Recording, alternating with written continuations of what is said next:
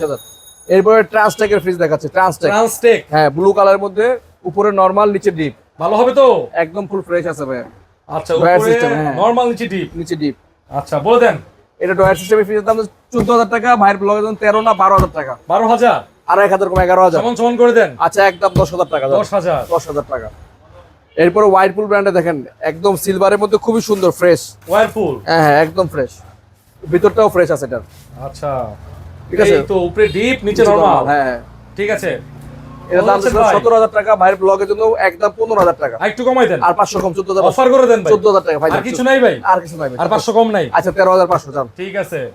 এরপরে আমরা এটা দেখাচ্ছি এলজি নো ফ্রস্টের মধ্যে। এইগুলো দামি, সুন্দর, অনেক দামি ফ্রিজ এগুলো ভাই, অনেক দামি ফ্রিজ এগুলো। ডিপ ড্রয়ারটা হচ্ছে নিচে। হ্যাঁ, নো ফ্রস্টের মধ্যে ডিপ খুব কম হয়, নিচে ডিপ। এটা নো ফ্রস্ট কিন্তু। নো ফ্রস্ট কিন্তু এটা। আচ্ছা, এটার দাম ছিল 17,000 টাকা, ভাইয়ের ব্লগে যদি একদম কোন দাম কিন্তু 15,000 টাকা। 15,000 টাকা অফার করে দেন। আর 500 কম, 14,000। আর কিছু নাই? 14,000 ফাইনাল। আর 14,000। আর কোনো প্রাইস নাই। এরপরে ভাই ওয়ালটনের মধ্যে 71% এনার্জি সেভিং। ওয়ালটন। হ্যাঁ, উপরে ডিপ, নিচে নরমাল। নিচে নরমাল। হ্যাঁ, আমরা চালা চেক করে রাখছি।